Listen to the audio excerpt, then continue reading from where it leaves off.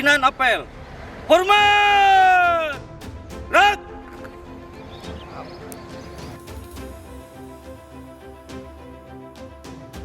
Peserta apel dan para hadirin yang saya hormati, guna mendukung kelancaran pemilu 2024, maka Polres Aceh Utara didukung TNI, instansi terkait, dan mitra Kamtipmas lainnya akan melaksanakan pengamanan tahap pemungutan suara di setiap TPS yang berada di wilayah hukum Polres Aceh Utara selama 4 hari, sejak 12 sampai dengan 15 Februari 2024. Yang melibatkan 266 personil organik Polres, 202 BKO Polda, dan 2.150 Linmas di seluruh wilayah hukum Polres Aceh Utara.